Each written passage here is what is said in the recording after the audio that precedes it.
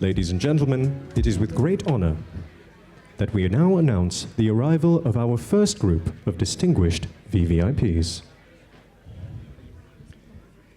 Please welcome Yang Teramat Mulia Raja Datuk Seri Elina binti Almarhum Sultan Azlan Muhyiddin Shah Al-Maghfurullah. Yang Teramat Mulia Tunku Zain Al-Abidin Ibni Tunku Muris. Yang Berbahagia Dato' Ramli bin Dato' Muhammad Noor. Yang Berhormat Puan Hannah Yo Xiao Swan.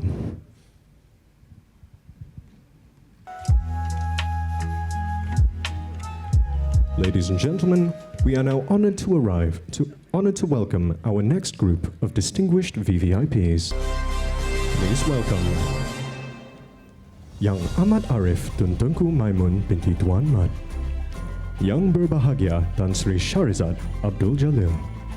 Yang Berbahagia Tan Sri Zulkifli Ahmad Makinuddin. Yang Berbahagia Tan Sri Zainun Ali. Yang Berbahagia Datuk Zamani Ibrahim. Yang Berusaha Profesor Datuk Sri Insinyur Dr.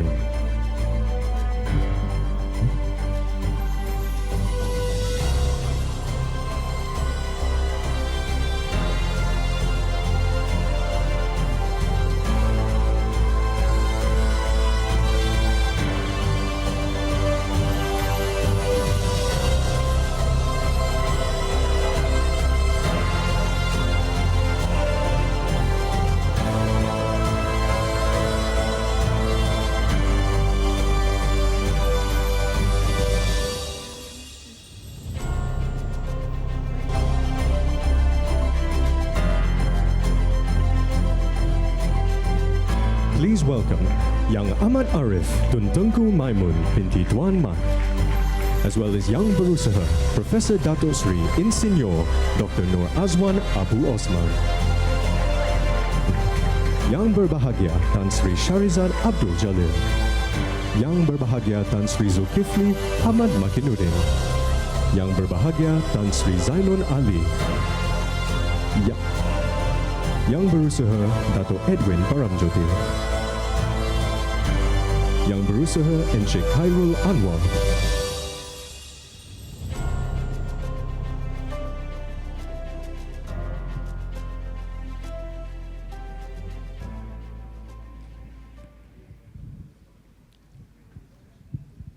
Thank you.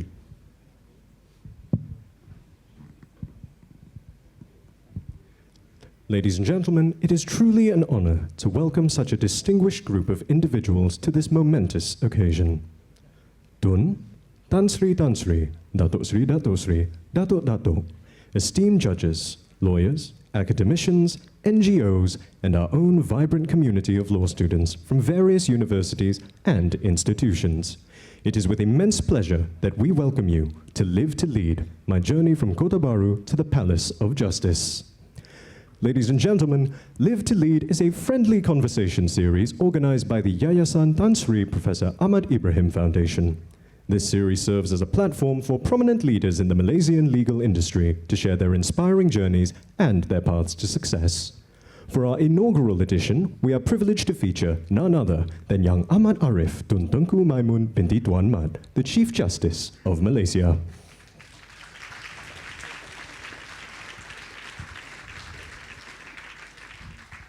Today, she will share her inspiring journey, one that began in humble Kota Bharu and leading to her historic appointment as the first female Chief Justice of Malaysia.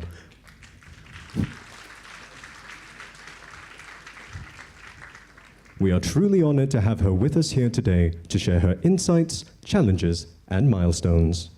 Now, before we officially commence today's event, we would like to invite Mr. Afiq Adam, a fellow of the Yayasan Tan Sri Professor Ahmad Ibrahim Foundation, to lead us in the recital of prayers. Mr. Afiq Adam, the floor is yours.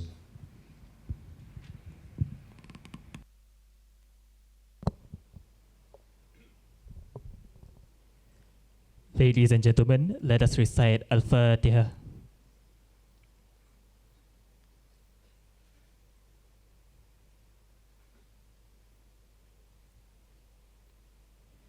Bismillahirrahmanirrahim. Ya Allah, thanks belong to you. You deserve all thanks. Thanks be to you for your continuous favors. Ya Allah, Ya Alim, Ya Hakim. Please bring us out of the darkness of doubt and favor us with the light of comprehension. Ya Allah, open to us the doors of your mercy and unfold for us the treasure of your knowledge. Ya Allah, make useful for us what you have taught us and teach us knowledge that will be useful to us. Make our tongue full of your remembrance. Do whatever you wish, and you are our availer and protector and best of aid. Ya Allah, on this blessed evening, in conjunction with the leave to lead, we are grateful towards you in favor of all the infinite blessings to us, your humble servant, to live in safe and prosperous life. We seek your blessings for the flawless progress of this event from the beginning till the end. We seek your guidance to steer clear of obstacles that would impede the progress of this event. Ya Allah, bless our life in this gathering and prevent us from harm and unfortunate events. Amin, Amin, Ya Rabbal Alameen.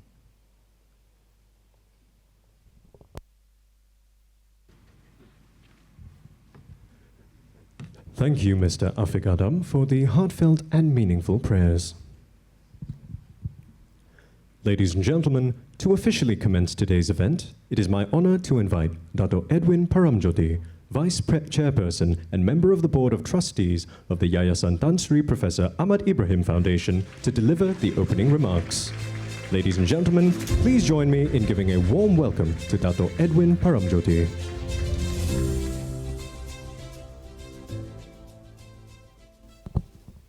The Right Honourable Tun Tengku Maimun binti Tuan Mat, the Chief Justice of Malaysia, Yang Berhormat Puan Hannah Yeoh Siu Suan, the Honourable Minister of Sports, Youth and Sports, Yang Teramat Mulia Raja Datuk Sri Alina binti Almarhum Sultan Azlan Muhyiddin Shah Al-Makmurullah, Yang Amat Mulia Tuanku Zain Al-Abidin, Ibni Tuanku Morris, Yang Berbahagia Tan Sri Shahrizad Abdul Jalil, former Minister of Women, Family and Community Development and Chairperson of Yayasan Tan Sri Professor Ahmad Ibrahim, Yang Berhormat Datuk Dr. Ramli bin Datuk Muhammad Noor, the Honourable Deputy Speaker of Dewan Rakyat, Yang Berbahagia Tan Sri Datuk Sri Zulkifli Ahmad Makinuddin, former President of the Court of Appeal and co-founder of Yayasan Tan Sri Professor Ahmad Ibrahim, Yang Berbahagia Tan Sri Zainun Ali, former Federal Court Judge and Pro-Chancellor of University of Malaya, retired senior judges of the Malaysian Judiciary, honourable judges of the Federal Court,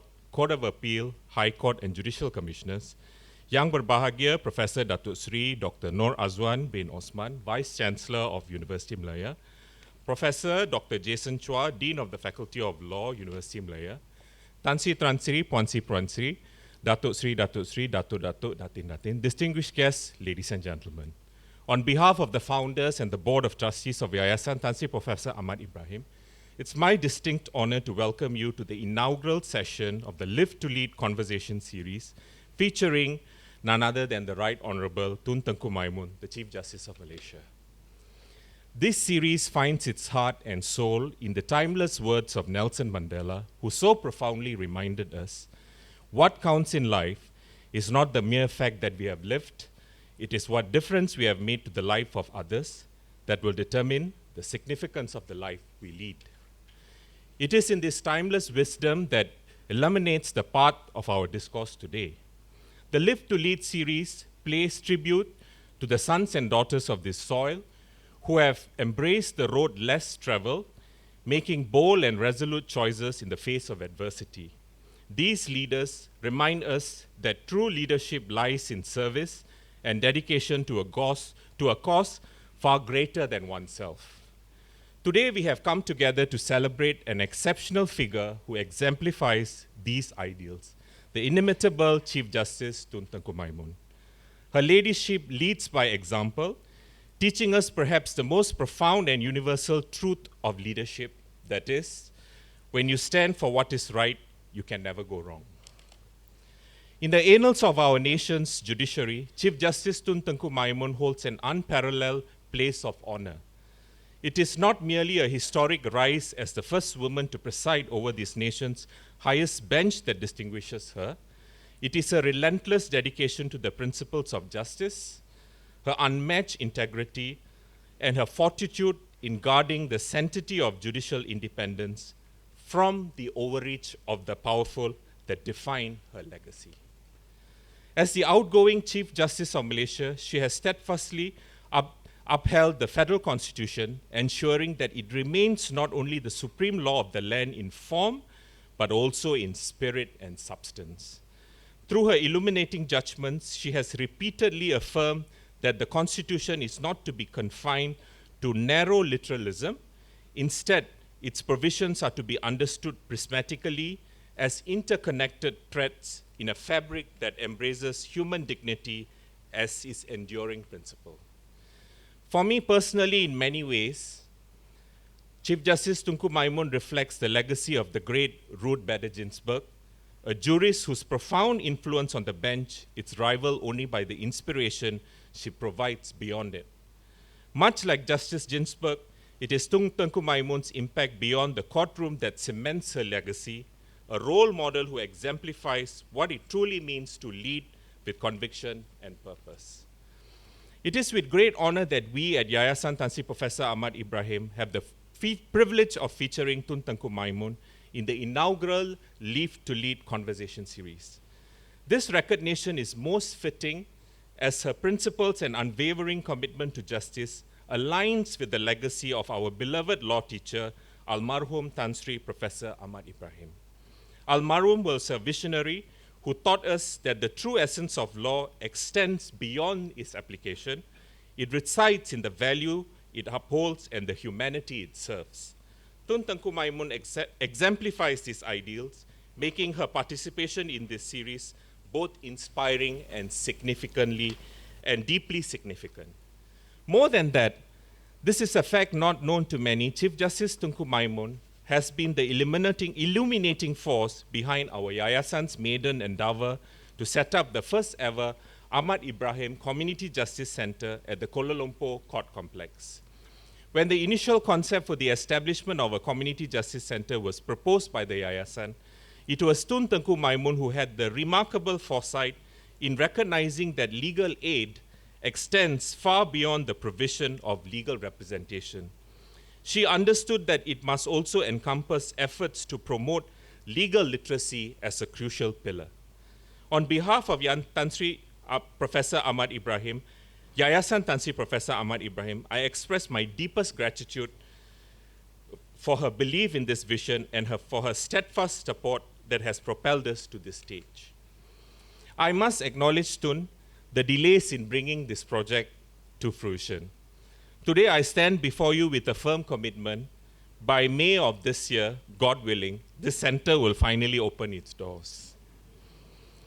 Today's event would have not been possible for the collective efforts and wisdom of many. Foremost, I would like to extend my deepest gratitude to the chair of Yayasan Tan Sri Professor Ahmad Ibrahim, Tan Sri Sharizad Abdul Jalil, and the Pro-Chancellor of Universiti Malaya, Tan Sri Zainun Ali, whose wise counsel has been integral to the success of this event. I would like to express my sincere appreciation to Professor Datuk Sri Dr. Noor Azwan, the Vice Chancellor of Universiti Malaya, and Professor Dr. Zamri Razzi, Deputy Vice Chancellor, and their able team for their invaluable contributions and support in ensuring that this occasion will be remembered as a meaningful milestone etched in our shared memory. I would also like to extend my heartfelt gratitude to Professor Jason Chua, who has graciously agreed to moderate today's session. His intellect, eloquence, and poise will undoubtedly add immense value to this conversation series. To our sponsors and event partners, we could have not done this without your support. Your commitment has been the backbone of this initiative. A special note of thanks goes to Mr. Kumar Kanagasingam, to Dato Ricky Tan, Mr. Saravana Kumar, and Mr. Gopal Srinivasan. My deepest appreciation goes to the members of my organizing committee, to Mr. Adrian Lau and all the fellows of Tan Sri Professor Ahmad Ibrahim. Your hard work has brought this gathering to life. You all are all truly the torchbearers of social justice, and I hold every confidence that each of you will rise to become exemplary leaders in the future. Last but certainly not the least, all you wonderful audience, We are privileged to have amongst us veritable cross-section of Malaysia's finest minds and most influential figures. From the hallowed halls of the judiciary, both retired and serving members, to the stalwarts of Malaysian Bar, including its past presidents and senior advocates. We are equally honored by the champions of women's rights and members of the media. Our gathering is further enriched by the presence of 100 over academicians and students from various law institutions who are witnessing this event being live streamed from Lecture Hall 2 of this faculty. The attendance of both past and present members of the cabinet adds a crucial dimension of governance and policy to our event. And in a true embodiment of our nation's rich heritage and constitutional monarchy, we are graced by the presence of the members of the royalty. As I conclude my address today, I'm drawn to the timeless wisdom of the late Justice Ruth Bader Ginsburg, who so aptly said, "Fight for the things that you care about, but do it in a way that will lead others to join you." Chief Justice Maimun's journey is a testament to the very principle. She has shown that leadership is not about pursuit of titles, nor it is about wielding authority. It is about choosing principles over popularity, duty over convenience, and integrity over compromise. Her unwavering commitment to justice, refusal to be swayed by external pressures or populist views, and a steadfast adherence to the rule of law set a gold standard. Her journey is a living testament that no dream is too distant, no challenge insurmountable, and no background too modest to hold back those who are truly determined.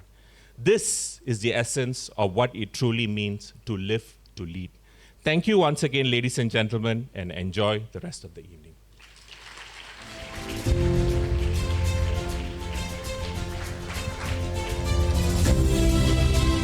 Thank you, Dato', for that insightful address. Your admiration and respect for the Chief Justice truly shine through in your words. Now we would like to invite Tan Sri Zainun Ali, Pro-Chancellor of Universiti Malaya, to deliver the citations for our distinguished guest. Please welcome Tan Sri.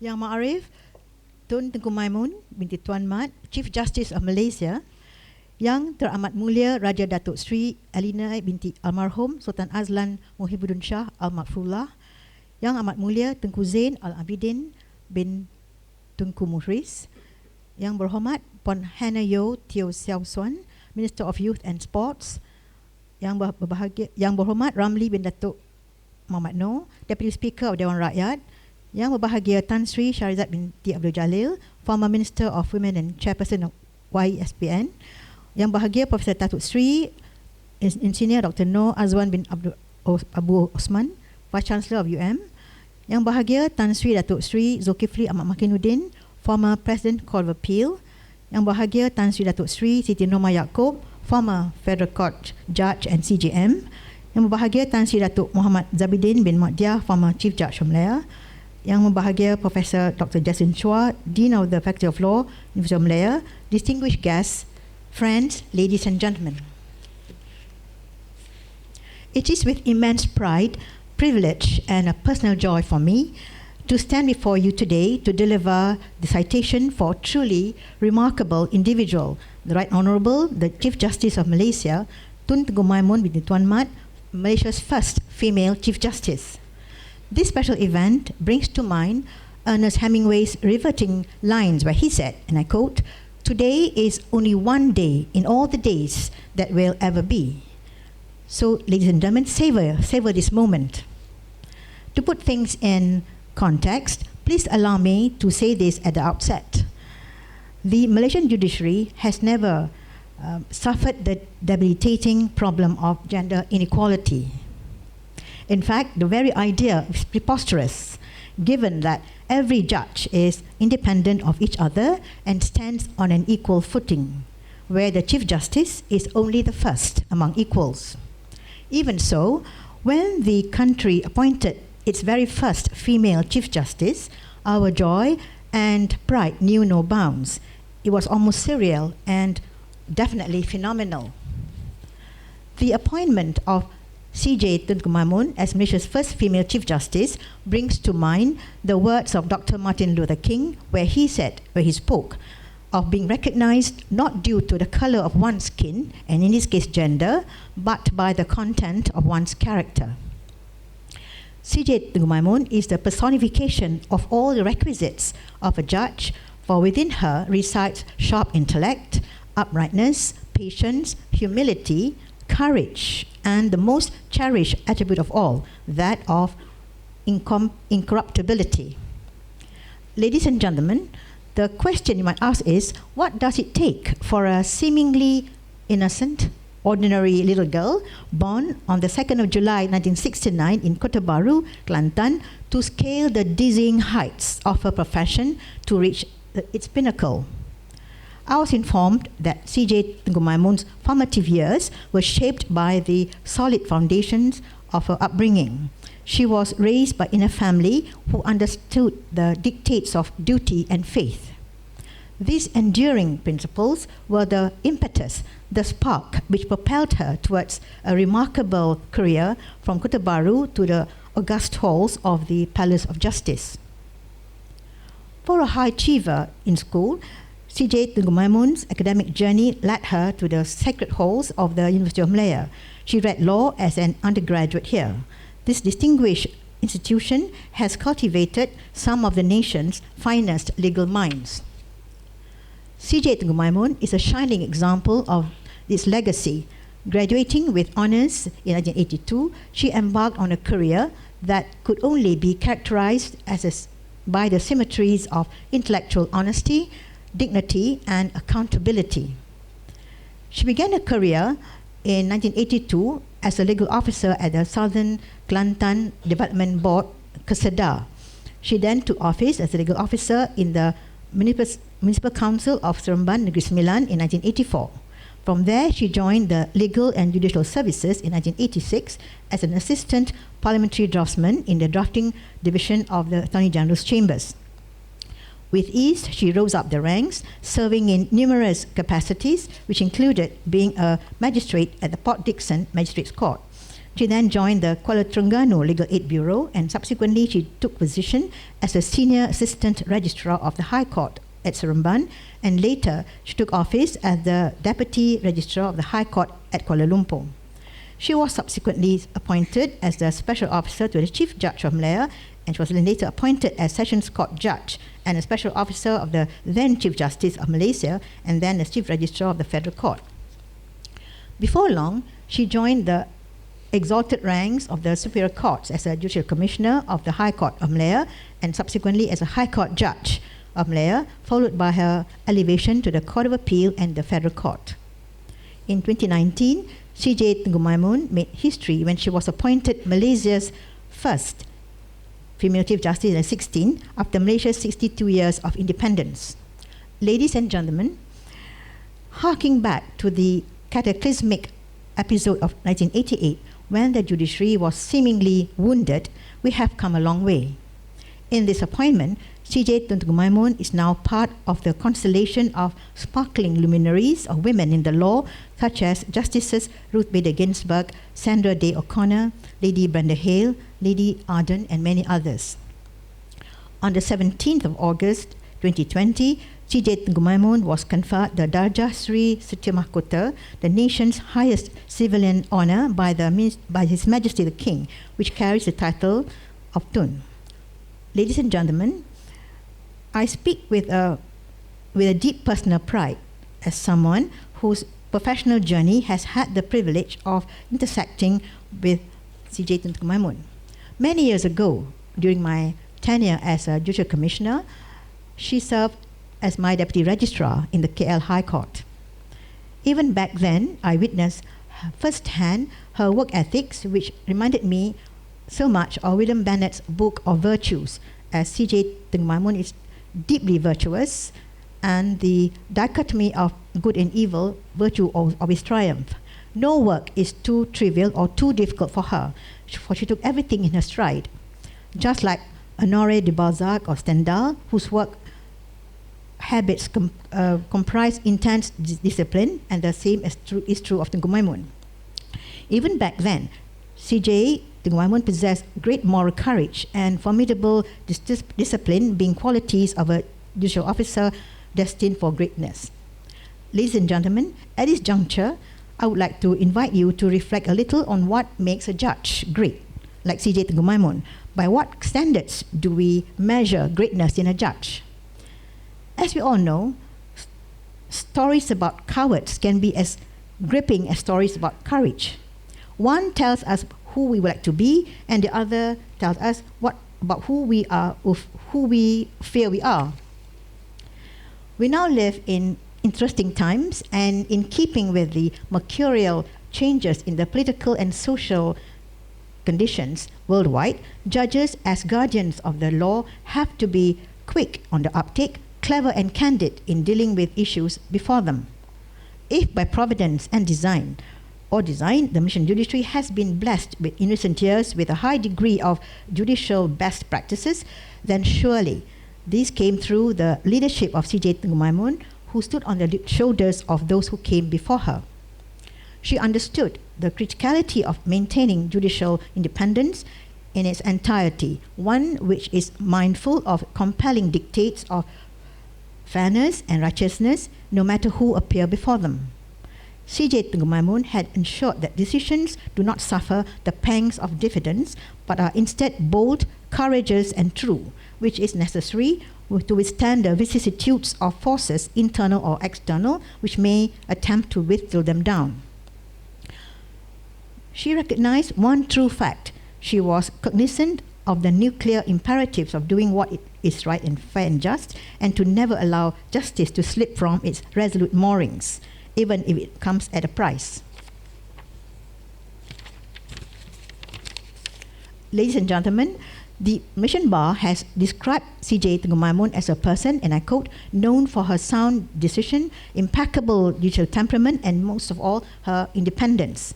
On the international stage, CJ Tengku Maimun led the Malaysian judiciary with exquisite dignity. She was the driving force behind regional judicial cooperation and was responsible for fostering greater collaboration across the region, particularly through the Council of ASEAN Chief Justice, CACJ, and the ASEAN Law Association, ALA or ALA. Her outstanding leadership in these aspects led to her appointment as the chair of the CACJ for the 2022-2024 term and as the president of ALA in 2023. Among her distinguished international accolades is her election as the honorary bencher of the Honorable Society of the Middle Temple in November 2023. This prestigious recognition reflects her stellar contribution to the legal profession and her standing as a respected jurist on the global stage. Whilst the international position make up the sum of her many parts, they could not compare with her impact as a leader back home in the judiciary. Without doubt, CJ Tengku Maimun worked very hard in her corner of the vineyard, but the tangible outcome of what she did will long be remembered, for she focused on enhancing judicial integrity, expanding access to justice, and implementing legal reform for the efficacy of court administration. Under her leadership, the Malaysian judiciary has navigated unprecedented challenges, from the transformative judicial reforms during the pandemic to upholding constitutional safeguards in times of political turbulence. Through it all, she has remained steadfast in her belief that justice should never bow to external pressures, even if it comes with distressing frequency. And if there have been patterns of obdurate resistance, CJ Tengku Maimun will ensure the courts will stand firmly rooted in fidelity to the federal constitution. This is emblematic of CJ Tengku Maimun's perseverance and dedication to the core pillars of our judicial system, that is judicial independence and the rule of law. Throughout her tenure, CJ Tengku Maimun has delivered numerous seminal judgments. Their status as landmarks is assured, as are their place in the annals of our law reports. It bears repeating that CJ Tengku Maimun's rulings are renowned for their intellectual rigor, since judicial reticence is not her style. While the ebb and flow of constitutionalism is persisted, C.J. Maimun brought about a sincere zeitgeist of constitutionalism, demonstrating a rare blend of courage and conviction. She is unafraid to show dissent when it matters, when it demands it. Her minority judgments, often eloquently reasoned and seem deeply principled, reflect her dedication to the rule of law and her willingness to chart an independent course. These judgments, whether as part of the majority or in dissent, underscores a firm belief that the role of the judiciary is to serve as a bulwark against injustice. C.J. Maimun understood the ethics of judging, that there is no reason to assume that a majority is more likely to be right than a minority in relation to a value judgment. Offset against the value of certainty, her dissent can be regarded as a positive light, as being not merely a matter of personal choice, but one of great institutional significance, encapsulating, as it does, fundamental political values associated with democracy. C.J. Maimun's powerful dissent has been described as the high noon of her judicial path. Under her visionary leadership, the judiciary has not only overcome difficult times, but has in fact emerged stronger with a reinforced sense of purpose and a reinvigorated commitment to the mission of delivering justice.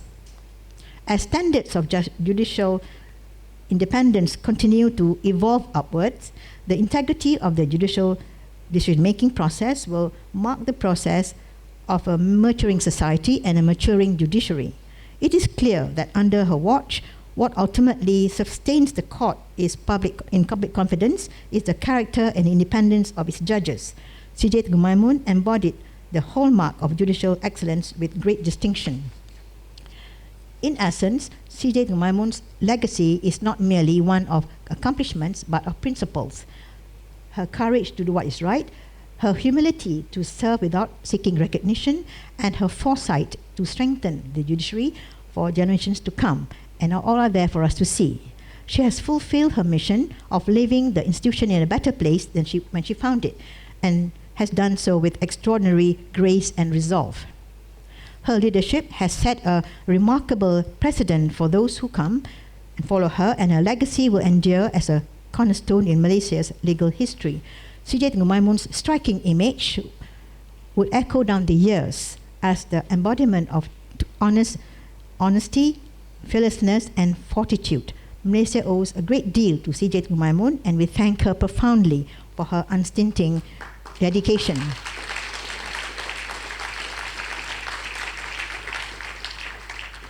C.J. Maimun deserves Shakespeare's famous passage that says, and I quote, "Some are born great, some achieve greatness, and some have greatness thrust upon them." In this, she deserves all three dimensions. Over the next hour, C.J. Maimun will offer a rare insight into the personal journey, reflecting on the challenges she has faced and the milestones she has achieved in her journey to the highest office in the judiciary. This discussion will be moderated by Professor Jason Chua, whose keen ability to engage in thought-provoking dialogue promises a compelling and enriching experience. I'm certain that this conversation will be both insightful and inspiring. Ladies and gentlemen, without further ado, please join me in welcoming C.J. Tengku Maimun both to the stage.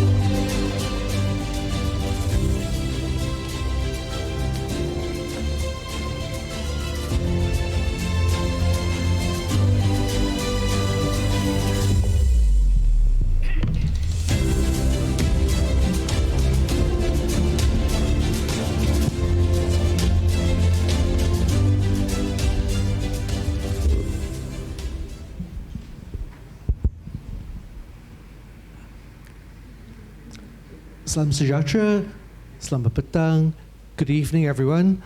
and welcome to University Malaya and this event jointly organized between Yayasan Tan Sri Professor Ahmad Ibrahim and the university here. I feel the weight of expectations. But I also feel I'm the envy of very many of you because I've had my ears bent so many times since they realized that I was going to have the privilege and the honor of interviewing Tun Tengku Maimun. Some of you came to see me and say, "Oh, Prof, can you ask a question to Tun about this, that, and the other?" And I should also say, one of those individuals included Tun's husband. We'll save that till later. I think the way we want to structure today, Tun, is to perhaps go through several phases of discussions. We will perhaps kick off by reflecting a little bit about your childhood and then your university days. And we will then go on to talking a little bit about perhaps the support that you have got from your family, and we'll take it from there. So little by little, there will be some slides behind us, and for those of us who want to follow the themes, feel free to keep an eye on those slides. So I think to kick off, I'll just have, I think for many of us, the family and school make a huge difference to who we become and who we are. And this is what we would like to find out, Tun. So maybe you can share a little about your childhood before going to university, before even going into secondary school, for example, your early influences. Are there any particular memories that you have which you feel have made you who you are today, Tun? Thank you. Before I answer the question, I would just like to make this remark that this is truly a humbling experience, you know, having this conversation with Professor Prof. Jason Chua in the presence of so many distinguished personalities. So thank you very much for this opportunity, Yayasan Professor Tan Sri Ahmad Ibrahim. So to answer your question, Prof. Jason, I was raised by doting grandparents. I was the eldest in my eldest of in my family, but because I was raised by my grandparents, I was a rather overprotected and pampered child. But the strict discipline, or rather upbringing by my grandfather on the religious teachings keep me grounded. And although I was living with my grandparents, we basically, my parents, my grandparents, that would be my maternal grandparents, and my mother's 7 siblings all live in a huge compound, ungated compound. And I was practically getting lessons and having values instilled in me by not only my parents, grandparents, but also my aunts, aunties, uncles, and the older cousins. And my grandmother had, so perhaps I could just enlighten a bit on the kind of environment that we were living in.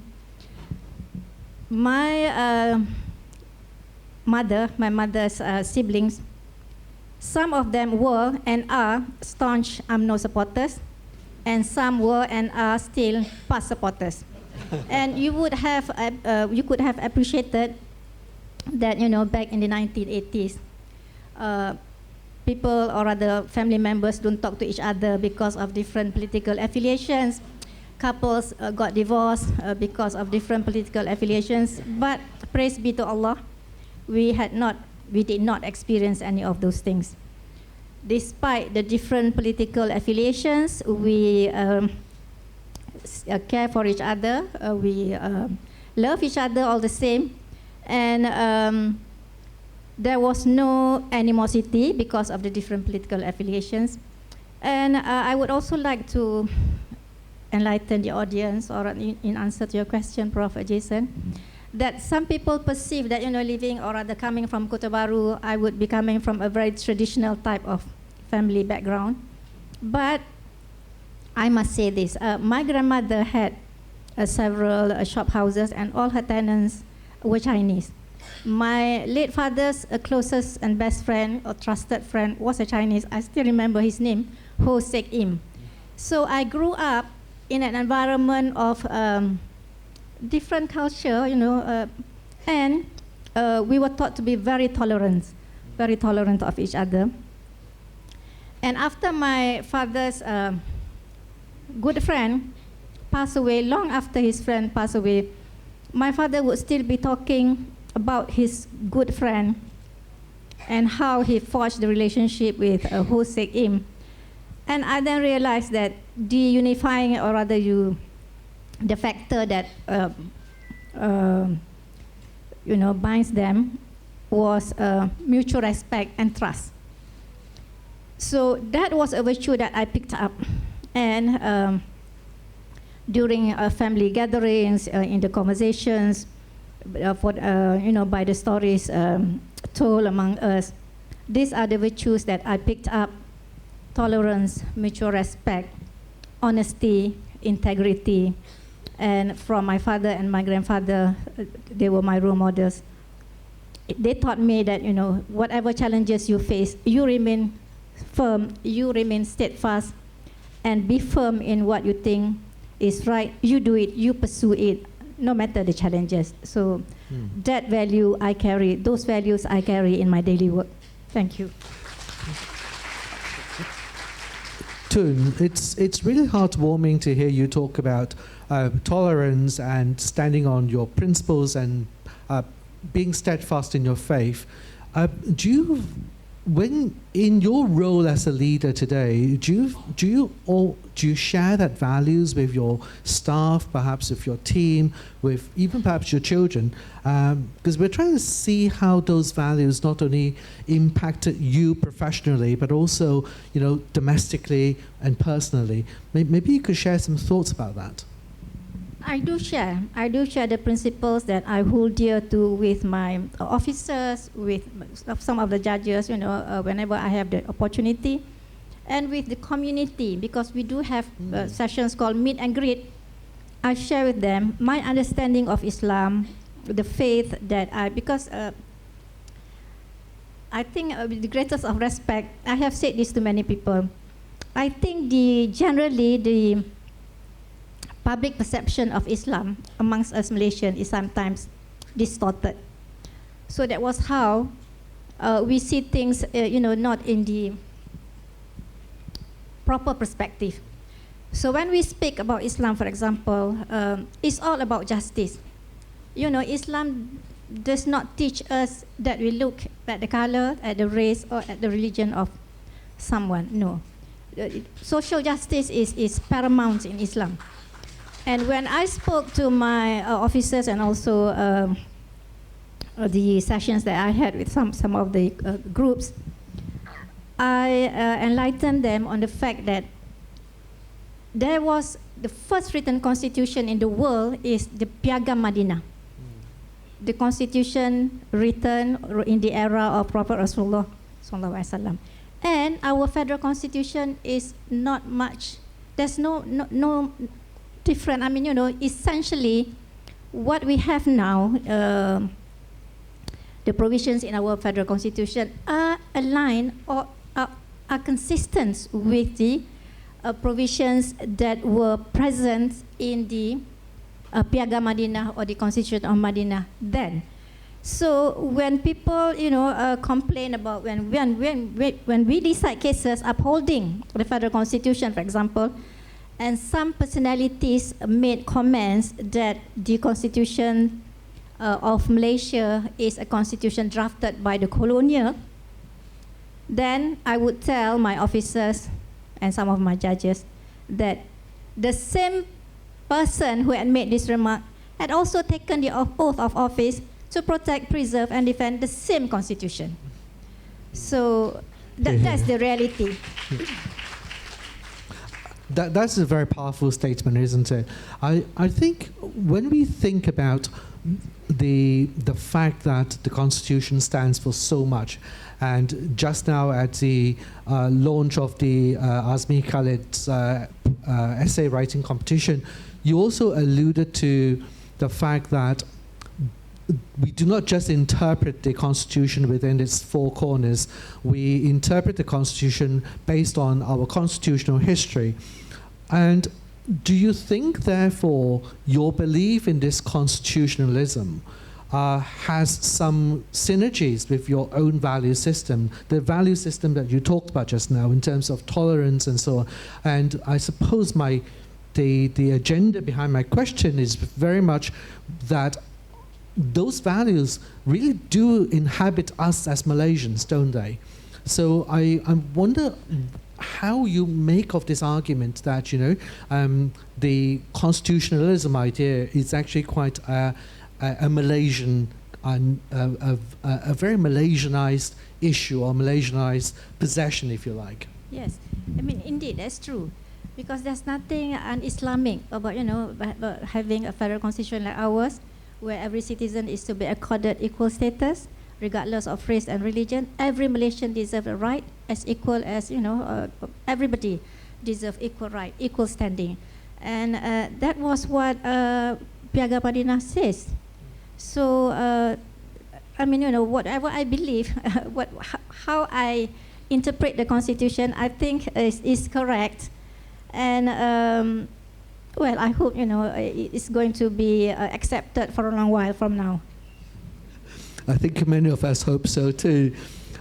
Maybe I could sort of digress a little bit, and the theme of today's conversation is your journey from Kota Bharu to the Palace of Justice.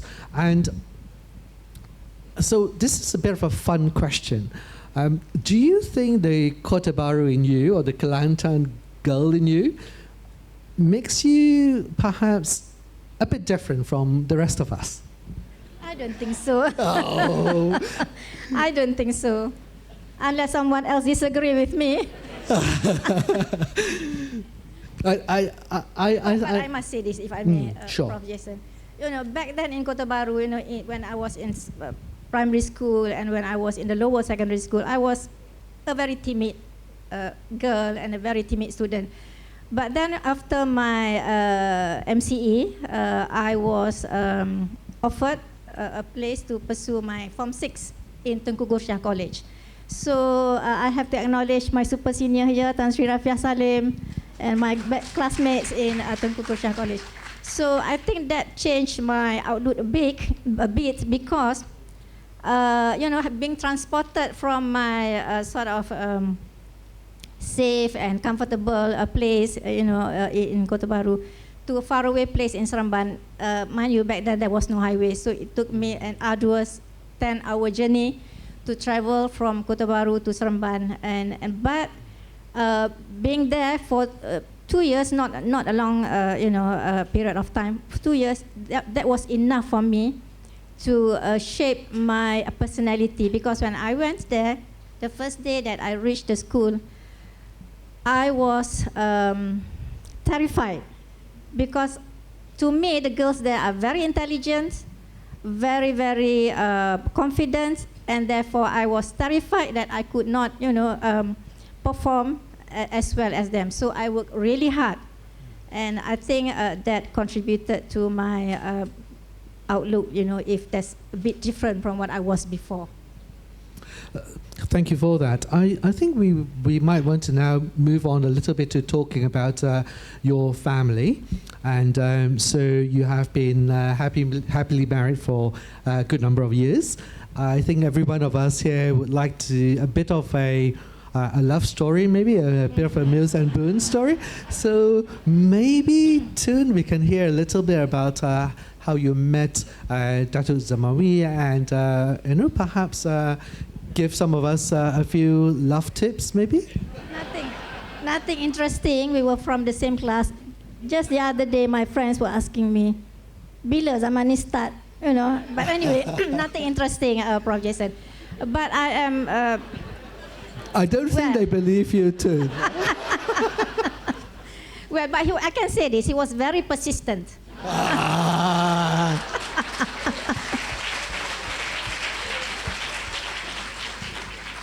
Having been rejected once in third year,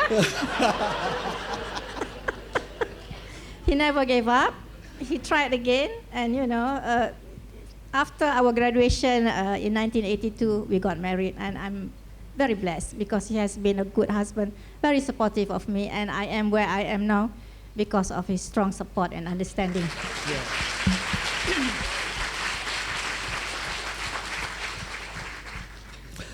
I think that tells a lot about how important the family is to our professional lives. Yes. And I'm sure that there is some takeaway there for all of us. I think the next question, I suppose, is a more natural one, and that is, how did you then navigate between the courtroom and the kitchen?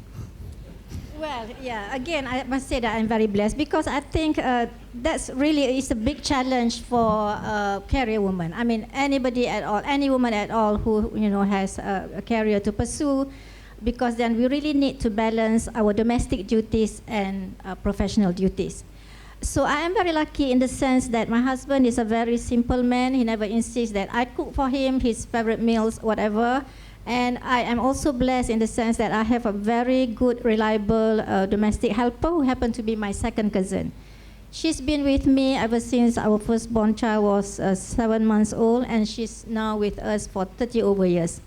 So that really helps a lot because then I need not worry about doing this and that in the kitchen, so I can just delegate whatever needs to be done to her. But then again, if you have a kind of husband who is very conservative, expects you to do everything for him, then I think it's going to be a big challenge. But again, I am very grateful because my husband will just give me the space when I needed the time to do, to finish my work. So a little bird tells me that after you retire, you hope to spend more time with your grandchildren. So do you think that you are ready for that career? Yes, I am. Yeah. Because even now, every weekend, whenever they come back or rather come to visit us, I would sometimes say, I'm sorry, I need to finish my homework. And so I will spend a bit of time with them and I'll say, I'm sorry. But so we have to sort of, manage our time properly and divide whether, I need to be with them today or tomorrow or this afternoon or this evening or at night. So I think after I retire, I have all the time in the world to spend time with them. I'm not sure if that is a binding promise, but you're witnesses. Okay, so I think now we should really be focusing our discussion, I suppose, around the university that you came to do law. I think there are so many questions I think my students would love to ask you. So I've been rather miserly, and I've said, I think Tan Sri Sharizat called me kuda. So I have restricted them to just one question. And I think the one question is really this. What made you choose to study law at Universiti Malaya?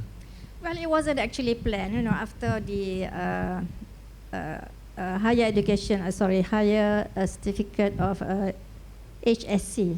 What is it called now? Yes, HSC results were announced. I think at that point of time, Universiti Malaya is the only university that offers law, starts to study law. This is the only university.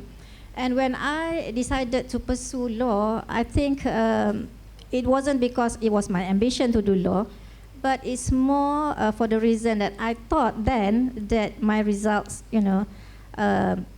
suit the law course. So that was it. But it was a pivotal moment. I can imagine. I think it's a pivotal moment for the country. So looking back, what kind of influence do you think you felt had been positive from your lectures and your experience at Universiti Malaya? I mean, notably, do you have any lectures that perhaps would come to mind, for instance? And what do you think their contribution has been to your own personal growth and edification, if you like?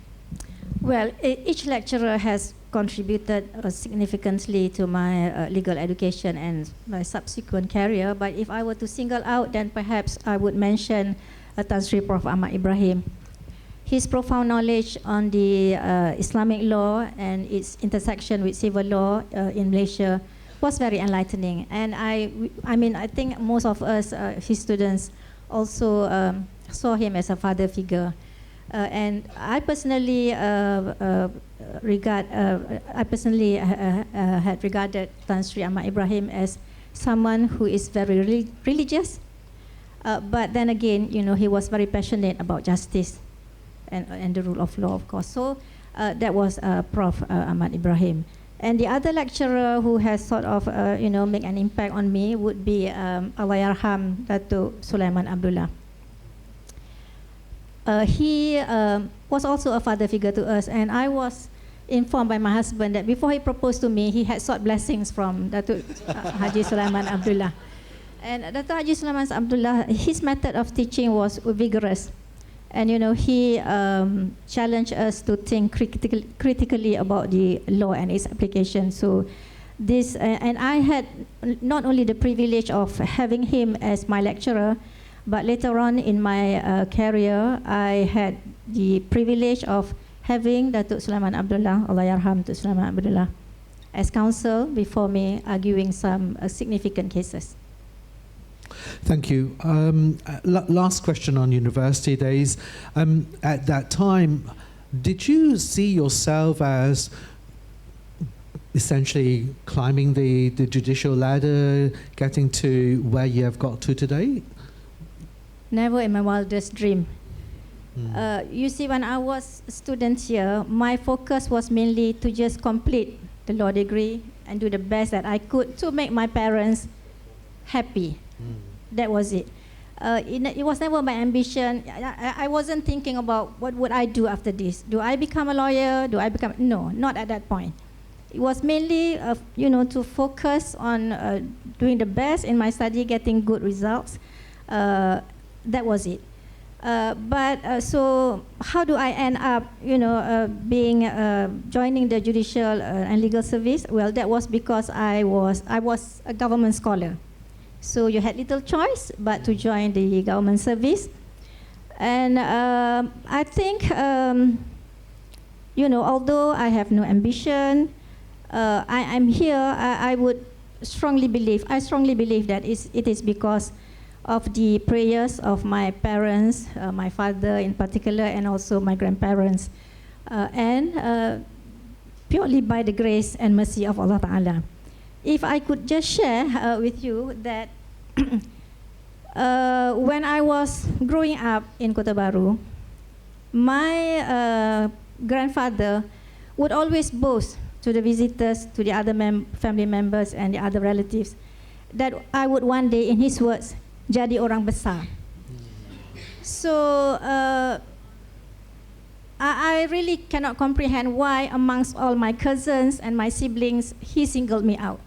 So that was my grandfather. He passed away when I was 15 years old in the midst of LCE examination. And I think it was by the grace of God that I passed the exam, because I think if you don't pass your maths paper, you would not pass the LCE.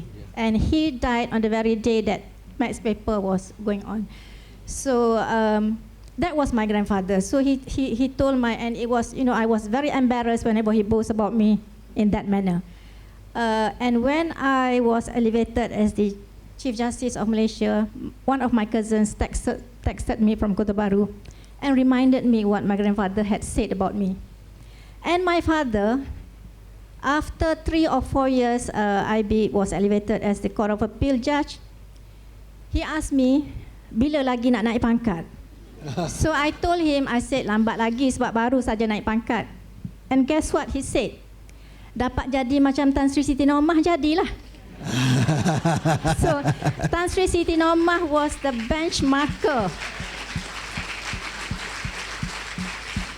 And I strongly believe that these are the prayers that, my father and my grandfather made of me. And Allah has granted them. their wish, and more. Yes. Yes. That is a very moving story, I think.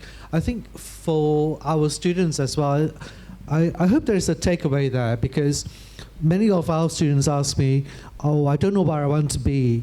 You know, I'm in my second year, I'm in my third year, I don't know what I want to become. And actually, I think this is a really good lesson. Just work hard at what you have been given. Don't think too much about the future. And to a very large extent, one just has to trust in the Almighty. So thank you for that, Tun. Okay, now we move on to something a bit more serious. And so here we want to tease up from you some of those judgments that you have made, which you would consider to be quite pivotal. And but there is a little bit of a psychological test here. We're trying to work out from your judgments and your thoughts about those judgments what your prevailing philosophies are. So for this theme, we've titled it Key Judgments and Philosophy. So I'm going to start with this letter. So this was a letter written to you, dated October 1996, and it says, Dear Tunku Maimun, as you were then, I read your grounds of judgment, which you wrote on May 31st, 1989, which was upheld by Mustafa Hussein J. and finally came before the Federal Court in Johor Bahru on July 7, 1996. Attached, please find a copy of your judgment. My purpose of writing to you is to congratulate you for the short and concise judgment, which I feel should be the model for other magistrates to emulate.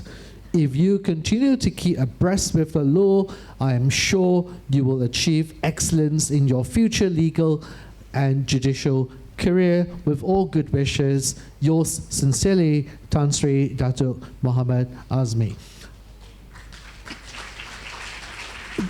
The reason I wanted to pick this letter out is because I think it goes to your approach when it comes to making judgments and writing judgments. And what I suppose this tells us is that you can have a reasoned, erudite judgment without being verbose. Maybe you can tell us a little bit of a background to this case itself. This was a case where an application for striking out under Order 18 back then were made. And I think it was only recently that all the summary applications are being heard by the High Court judge. Those days, the magistrates can hear them, the senior assistant registrars can hear them. So it was an application to strike out, and the principle for striking out is that we can strike it out if the case is plain, is plainly unsustainable. But if there are issues to be tried, then we ought not to allow the application. So in this particular case, I dismissed the application because there was an issue regarding privity of contract, which I said it must be investigated. So it was a 2-page judgment which went up on appeal to the High Court. It was Mustafa Hussein J. then, who was in the resident judge in High Court Seremban. And finally, it came up to the Federal Court judge. So I think the lesson that can be taken from the letter written by Tan Sri Azmi Kamaruddin, who was a Federal Court judge, is this. Good judgments need not necessarily be long judgments. And I think because most of us judges would be struggling with writing short and concise judgment, because we would be thinking, is it too short? Does it cover all the salient points? You know, would it be a non-speaking judgment? But clearly, it could be. A short and concise judgment could very well serve its purpose and be, considered a good judgment. Thank you. Talking about judgments that serve the purpose, if we were to ask you to name 3 pivotal cases in your career, which ones would you name? Well, there are a few when I was sitting in the Court of Appeal, but perhaps the one that I am still thinking about it now is the case of Indira Gandhi. Most of us would know Indira Gandhi as it relates to the principle of judicial power. But this was a case which I decided in the minority. It was an appeal from the decision of Justice Lee Swee Seng in Ipoh, if I'm not mistaken, on the recovery order and mandamus order. What happened here was Padmanabhan, the husband, and Indira Gandhi, the wife, or rather the father and the mother, were undergoing divorce, or they were divorced. Can't remember the facts correctly now. But the thing is this. Padmanabhan converted in 2009. He converted to Islam. They were Hindus and they were married under the Civil Law Divorce, Marriage and Divorce Act, Law Reform Marriage and Divorce Act. And when he converted to Islam, he converted the children as well.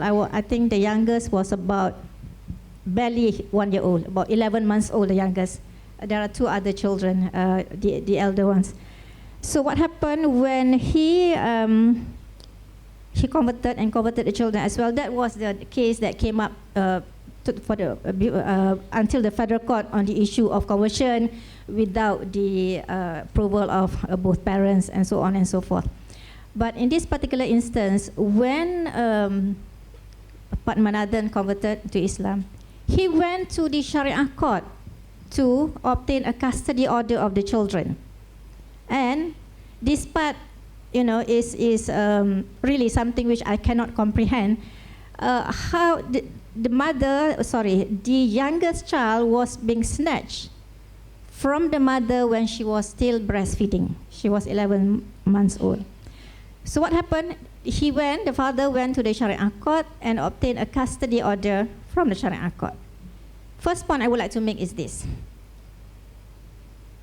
What was the basis for Sharia court to assume jurisdiction when the marriage was a non-Muslim marriage and the mother was not before the Sharia court? For obvious reasons. She is a non-Muslim and therefore she could not appear. The Sharia court has no jurisdiction over her. Yet, there was a custody order made by the Sharia court.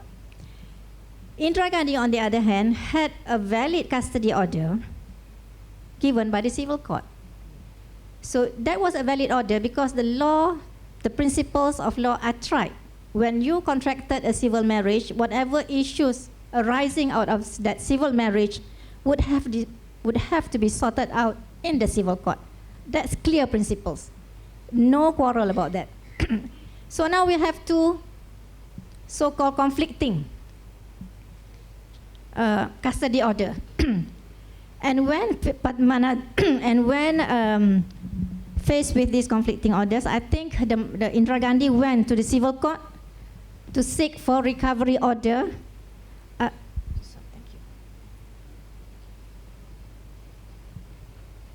Thank you. So the mother, Indira Gandhi, went to the civil court to ask for a recovery order, and also several other proceedings were going on, contempt against the husband and so on and so forth, because the custody order which was granted by the civil court was served on the husband and he did nothing. So what happened was finally the wife went to the civil court applied for judicial review for mandamus, asking the IGP or the police to search for the children to be given back to the mother. And that was the appeal that came up before me in the Court of Appeal, where the IGP, the High Court judge, granted the mandamus order directing the IGP to search the children and bring them back to the mother. The IGP was not happy. There was an appeal before the Court of Appeal and I was a lone voice there dissenting, because to me there is no basis, no justification even in Islam, as I understand Islam, to deprive a child of her mother and to deprive the mother of the child. What sin has Indira Gandhi committed against any one of us such that she has to face this agony?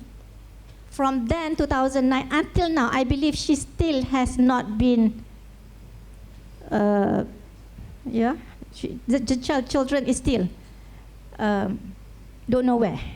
I don't think she has any news of where the children are until now. So where is the justice here? And I suspect the order of the civil court on the mandamus, on the custody order, whatever else that was issued by the civil court, were not enforced by the authorities or the powers that be because of the misconception that we need to protect Islam.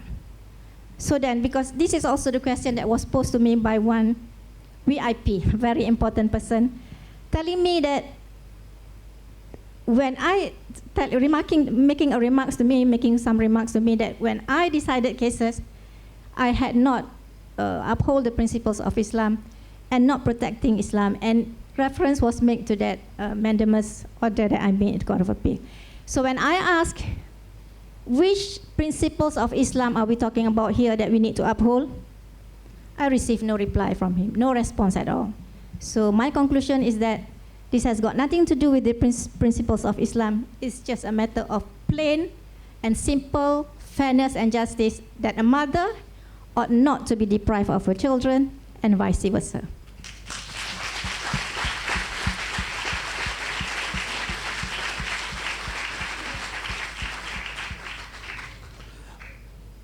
I think as far as principles are concerned, you clearly have a sense of direction as to how you would make a decision. I think for many of us as well, there are a couple more cases where I think your principle and your value system has pretty much been brought into the spotlight. I think we are thinking of, Iki Putra, we're thinking of Nikalin and so on. Without perhaps going into too much detail, I'm sure it must feel quite hurtful to be perhaps accused of being sort of disloyal to your faith, and also for not respecting your faith, I suppose. There's also a lot of misinformation out there, isn't it, about these cases? I mean, this is your chance to set a record, right? What would you want to say about those two cases? Iki Putra and Nikalin. Yeah, also the same misconception. People were thinking, most people had this impression that these two cases involves the upholding of the principles of Islam or, the Sharia court. But it was simply a matter of demarcation of legislative power between the state and the federal. Well, it was very hurtful. When you receive calls from friends, from family members, I can take it, but I pity my husband because he was also, punching back for all this. Somebody will be telling him, what's wrong with Tengku Maimun? Why is she not upholding Islam and so on and so forth? So I think it is important, even in Islam, if you don't understand, there is this concept of tabayun, checking first before you make any remarks or observations. So there is this misconception, a very gross misconception, that so long as there is a little bit of an Islamic elements there, it's all about Islam. No, that is not true. So these two cases were only about the demarcation of legislative powers, and that was all. And it was really hurtful to when people question your faith, saying that, have you not realized that your akidah is now is at stake or something to that effect? I think that leads to a question as to, do you feel these kind of accusations and allegations more challenging because you're a female Chief Justice, or do you think that you feel that these are simply because people don't understand the legal system, that the rules that we abide by? Do you see a bit of, I don't want to put words in your mouth. I don't think it's that it has got anything to do with gender. It's simply a case of people not understanding the actual position and the actual decision. That was all. Yeah, The reason I ask, of course, because when our students visited you before, a similar question was asked, you know, and it's really good because I think it's heartwarming to hear, for example, Tan Sri Zainun talking earlier about gender really is, you know, not the issue here in terms of judicial promotion, in terms of judicial appointments and so on. And I think it ties in with the fact that these decisions may appear to be perhaps, you know, more unfairly placed or focused on you, partly because, you know, you were dealing with those cases as they come. But I think this failure of our own understanding of the law seems quite critical. Do you think that there is much law schools can do, and perhaps the legal profession as well, to try to educate people about these matters? Yes, I'm sure that there would be, ways and means and a platform for either lawyers or, you know, law lecturers and even students themselves to educate people on our system. But then again, I think some people, I believe, or rather I speculate, it's not that they don't understand.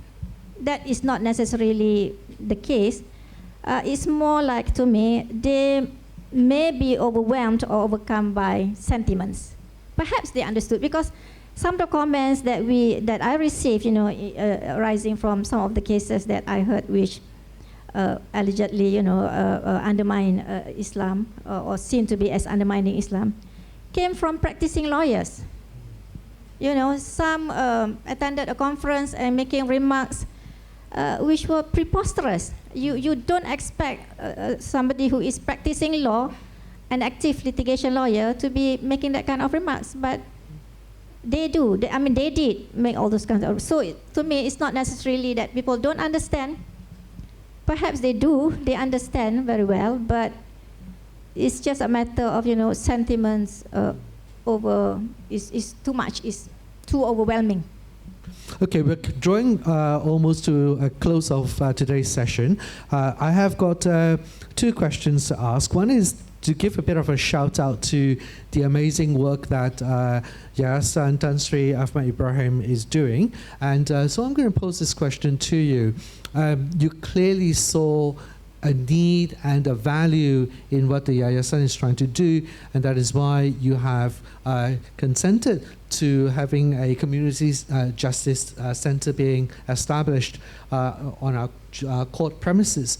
Do you feel, what exactly do you think that a organization like the Yayasan is doing right? So, we know that it is focused on legal aid, it is focused on legal education, legal training, you know, sort of equality ideas and so on. So I suppose those things strike a chord with you?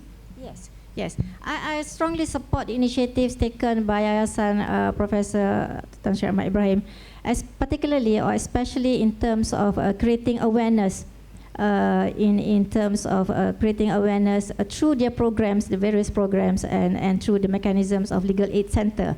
I think it is important because some people do not even, or rather they don't understand when their rights are being trampled upon, that their rights are being trampled upon. And some do not even, or rather some don't have the financial means to secure proper legal representation. So I think it is important to first create awareness, and I think this is what the Yayasan is doing, so I strongly support them. And they had their first convention on legal aid for the law students, I think last year, and that was very commendable.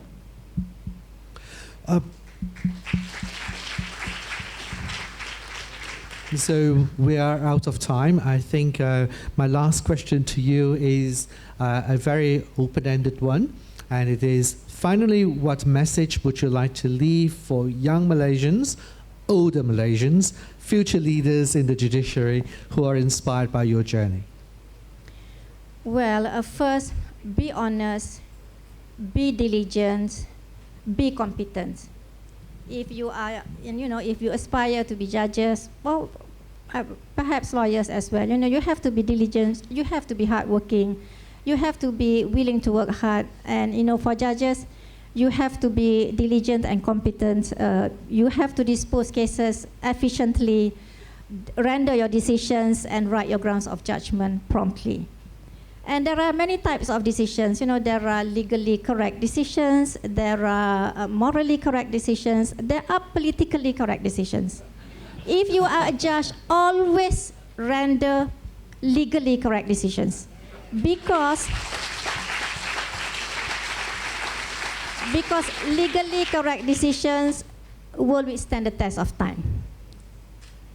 If you make decisions based on other irrelevant considerations, to my mind, it will not withstand the test of time, and the more disastrous effect would be, is going to be a mark of shame.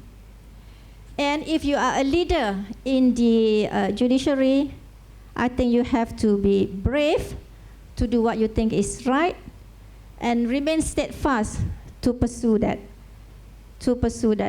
And you know, and if you are a leader, I think you have to walk your talk. It's very easy to talk or speak about judicial independence, but that principle must be translated in your actions, must be translated in the judgments. As a leader of judiciary, remember this. The judiciary is the gateway to progress. The judiciary is the benchmark for people to judge the nation and the community. If justice is properly dispensed by the judiciary, the nation, the prosperity and good will prevail. Otherwise, people will fall into the abyss of corruption and destruction. Thank you. Thank you, Tun. Thank you very much.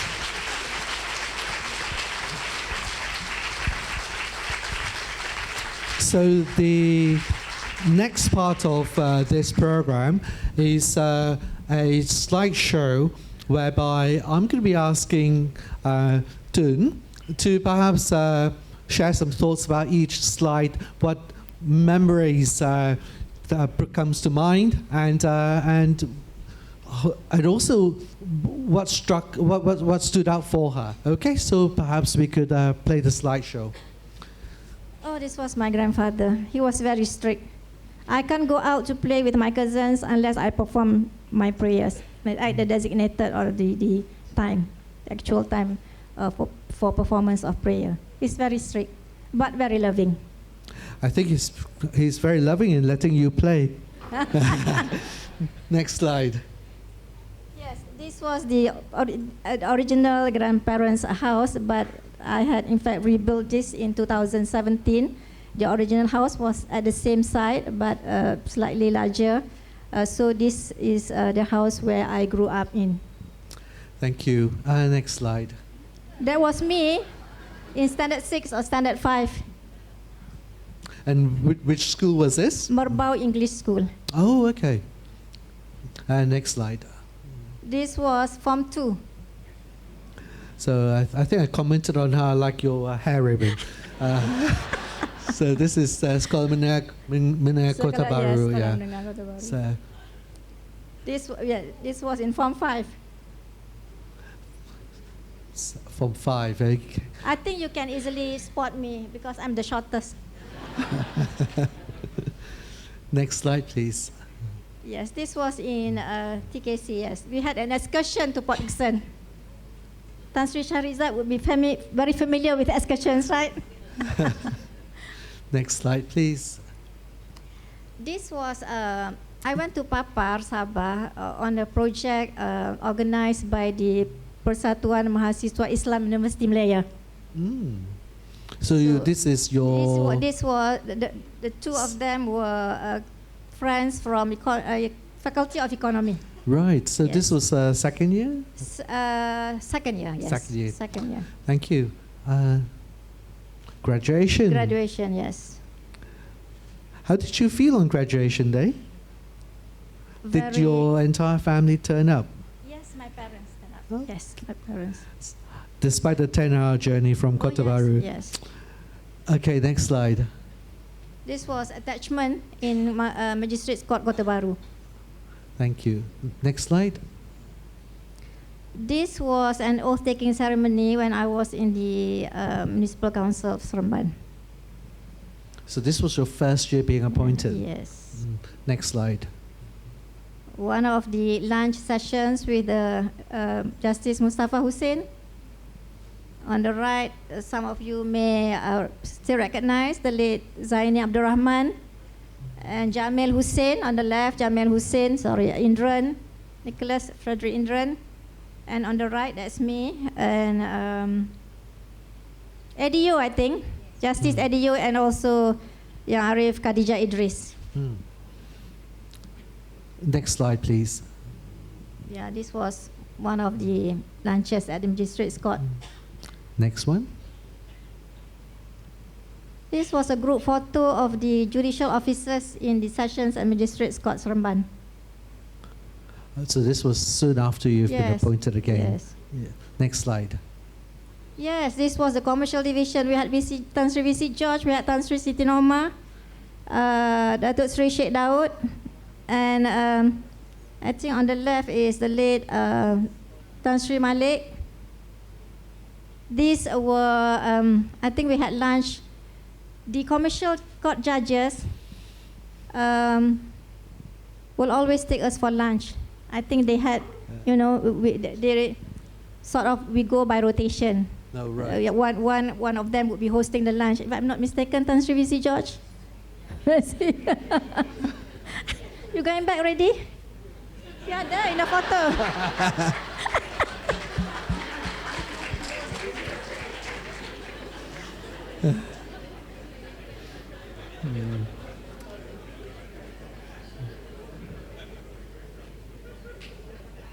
You were there. You hosted us lunch. So this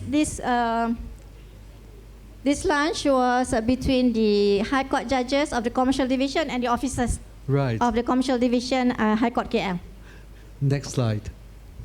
Yes, the same event. Tan Sri VC George, you recognize any of them? Of course. Yes. Next one. Yes. I was then serving Justice Sheikh Daud. Before that, I was serving Tan Sri VC George. Next one. This was, yes, the opening ceremony of the Complex Court Alustar when I was the Chief Registrar. How long were you in Alustar? No, I wasn't serving Alustar. Oh, I was weren't. the Chief Registrar, Ah, so we right. had the official opening of the court complex. Ah, okay. Next one. This must be one of the meetings. Next one. Yes.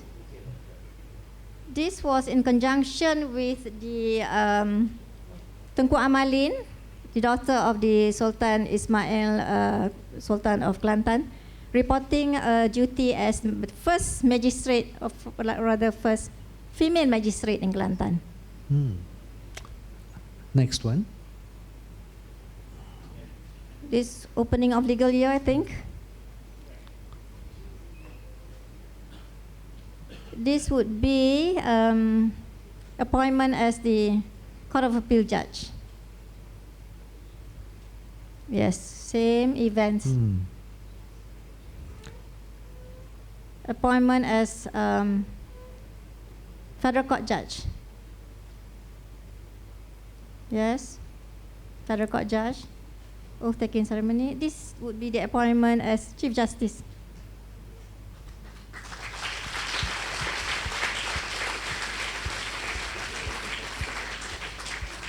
This is a very nice article. Next. I don't know where the Secara jujurnya saya tidak merasa tekanan itu dari segi saya sebagai seorang wanita. To me, gender is not a factor at all.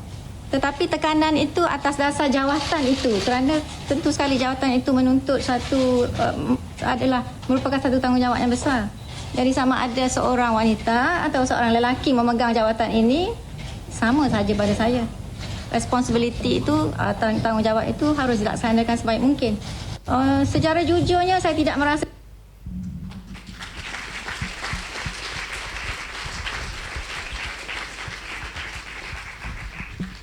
Next slide, please. what is your advice to Malaysians and also the public on understanding that? My advice would be, if you don't understand, ask. If you read, you don't understand, you ask. You ask the right people. You don't simply jump to conclusions without fully understanding. I mean, that's the basic thing, isn't it? If you don't understand, you ask. So it's not fair to be making statements on things that you don't understand. That would bring chaos to anything at all. If you say something which you don't understand, you don't have the basic knowledge, you don't have the full understanding, but yet you are making statements. That's not right.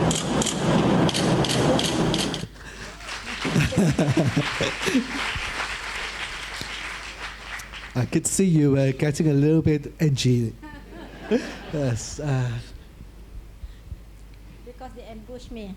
I told the organizers I wouldn't want to meet the reporters, but they ambushed me. This was a reference for the former Lord President, former CJ Saleh Abbas. Next one. This would be an event that we had with the Akib Negara. On the extreme left is the Director General of Akib Negara. This is a location that you usually use for photographs, isn't it? Yes. Next one. This must be one of the meet and greet sessions, I think. Next one. President of the Court of the UK. Master of the Rolls. Master of Rolls, yes. Yes. Next one. Council of ASEAN Chief Justices meeting. Next one. Same yeah. events. Joint Judicial Conference between Malaysia, Brunei and Singapore. Next one. Same events. No, sorry, this is the ALA. Yes. And CACJ. ASEAN Law Association, yes. Same. ASEAN Law Association. Yes. Yeah. This would be the Asian Association of Constitutional Courts and Equivalent Institution Conference. Next one. In Korea. A visit to the UK.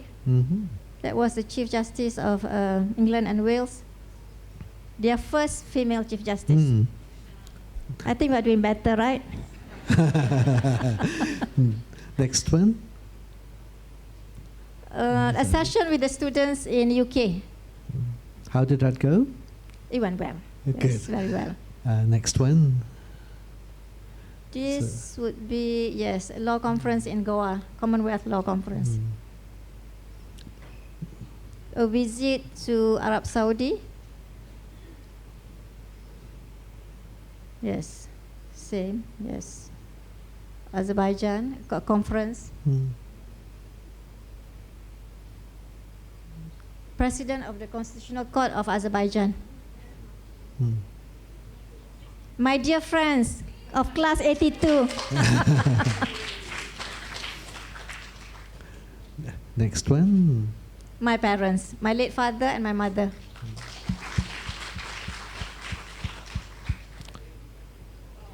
My dear husband. This was after the elevation ceremony in the federal court. Right. On the 17th of May. Lovely picture. 2019, yes. Thank you. Next one.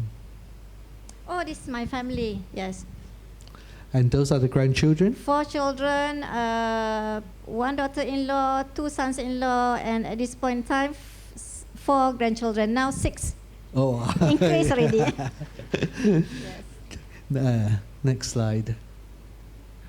Yes. Thank you.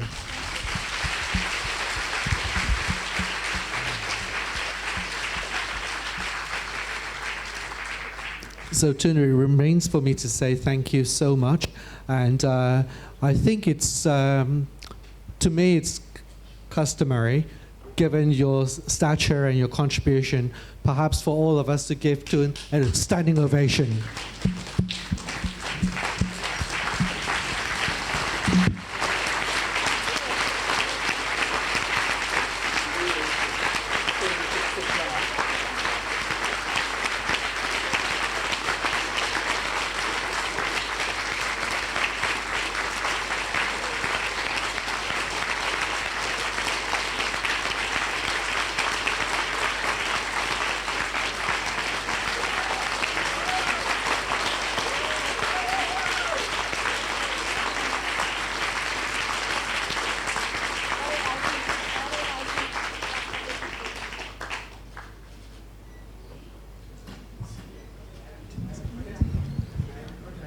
Thank you so much, Tun, for sharing your incredible journey with us, as well as to Professor Jason for thoughtfully moderating today's session.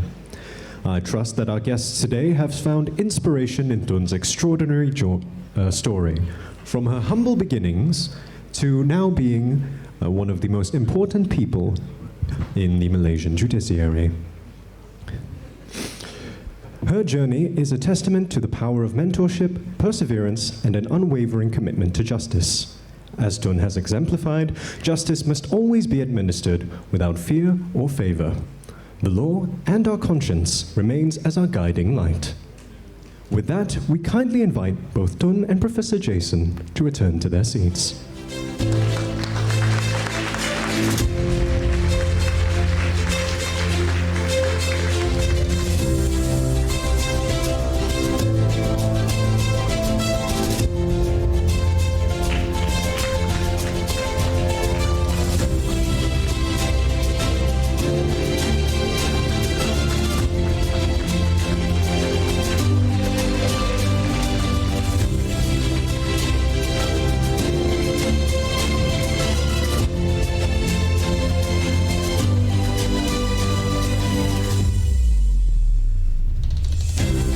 Ladies and gentlemen, we now direct your attention to the screen for a little surprise that we have prepared for you.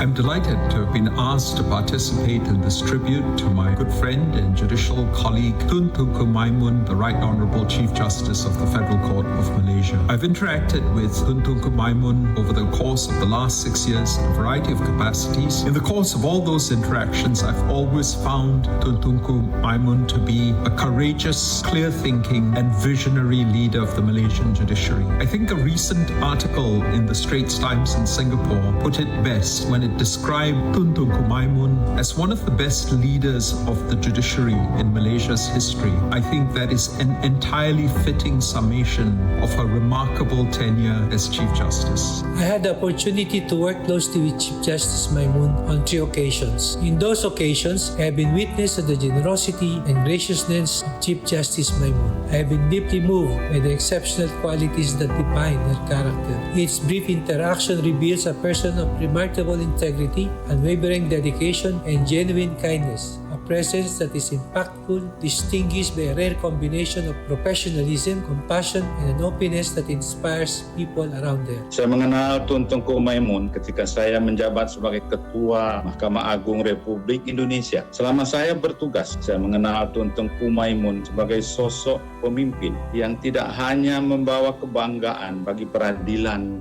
Malaysia, tetapi juga menjadi inspirasi di seluruh kawasan ASEAN. Tun telah mematahkan banyak batasan dan menjadi simbol keberanian, kebijaksanaan, dan komitmen terhadap keadilan. Beliau merupakan testamen tentang kesetaraan dan inklusivitas. Saya secara pribadi memiliki banyak kenangan yang sangat berkesan bersama Yang Amat Arif Tun Tunku Maimun. Salah satu yang paling membekas adalah saat kami bersama-sama menjalankan ibadah umroh di Tanah Suci. Kebersamaan itu memperlihatkan sisi personal Tun Tunku Maimun yang begitu rendah. We are indeed proud to have such distinguished and established figure in the field of judiciary. How shall I describe Tun Tunku Maimun? When I first came back to Malaysia, I met her on an official visit, and I was touched by how much interest she showed in our students at Universiti Malaya. She talked about how she was very keen to see not only our law students at grow into successful lawyers, but also with a strong moral compass. And to me, that is really quite important for me as an educator to hear our Chief Justice emphasize these values in our legal profession. I'm honored to pay tribute to the Chief Justice, Yang Amat Arif Tun Tunku Maimun Tuan Mat, who is a true pioneer, an epitome of integrity, an exemplar of wisdom, independence and courage, and a strong supporter of our Supreme Constitution. The federal court under her has been the most progressive apex court in our nation's history. The fresh winds of constructive interpretation that had begun during her learned predecessor's time grew stronger under her leadership. In 5.5 years, young Ahmad Arif Tun and his sister and brother judges have restored the Constitution to the pedestal on which it was placed when Malaya began her tryst with destiny. The values, doctrines and principles that are implicit in the glittering generalities of the Constitution have been made explicit. Thank you, Tun. I pray that the seeds you have planted will lead to the greening of the landscape of new ideas.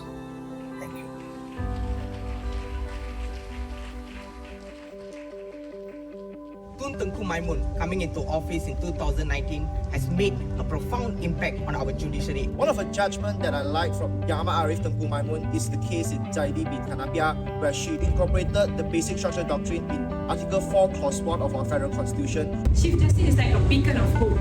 Being a woman, though there's so much you cannot do, Tun shows me that with integrity, with determination, anything is possible out there for you. I think at this point of time, it is unquestionable how much Shijie has actually achieved. But what is truly amazing is how she remained humble despite all these achievements. Under her leadership, she has stood firm against external and political pressure against the judiciary body. Tun Maimun has inspired me to continue uphold rule of law, to continue pursue justice and to prevent the abuse of power. CJ for me is like a pillar. She has never been faced by the public opinion. I think her courage should be admired by many. Thank you, Tun, for inspiring all of us here. It's been a wonderful experience interning under you. Her judgments are well thought, well reasoned, and well supported. CJ to me is a benchmark for all of us to follow, to always be brave and uphold our principles at all given situations. She's like an idol. She's the reason why I came to UMR, to become a successful alumni like her. Not only is she the first woman to become the Chief Justice of Malaysia, but she also carries this big responsibility in deciding some of the most impactful cases in the country. CJ for me is the North Star of the judiciary, the ever-bright guiding light of our legal fraternity. Tun's exceptional writing skills and philosophy, which she has adopted in many of her judgments, have truly been inspiring. CJ to me is the light that keeps me going in law school. Her confidence, her judicial decisions, and her journey has inspired not just me, but many other young girls out there. To me, Tun is someone who exemplifies honesty and being steadfast with one's principles without fear or favor. And I believe those values should be embodied by every person within and beyond the legal fraternity. CJ is our inspiration.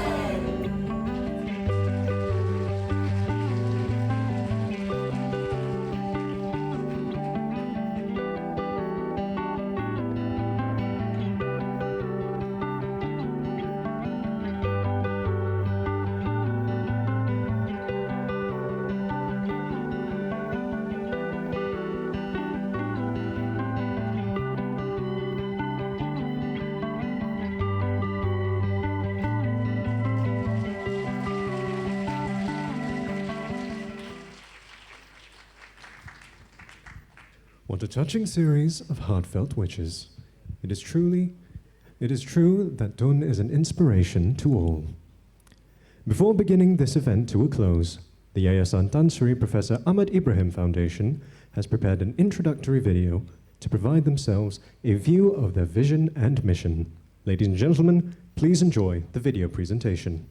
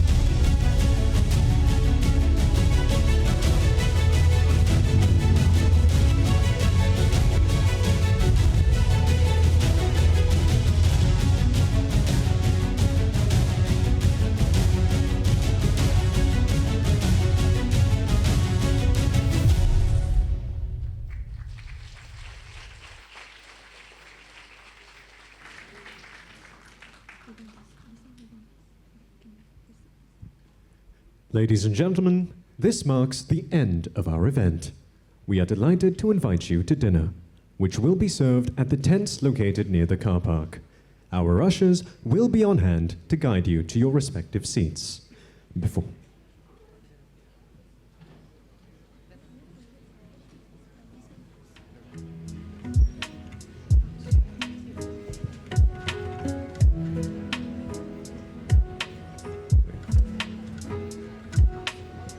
I would like to kindly ask all of you, we would like to extend the courtesy of inviting our VVIPs to leave the auditorium first.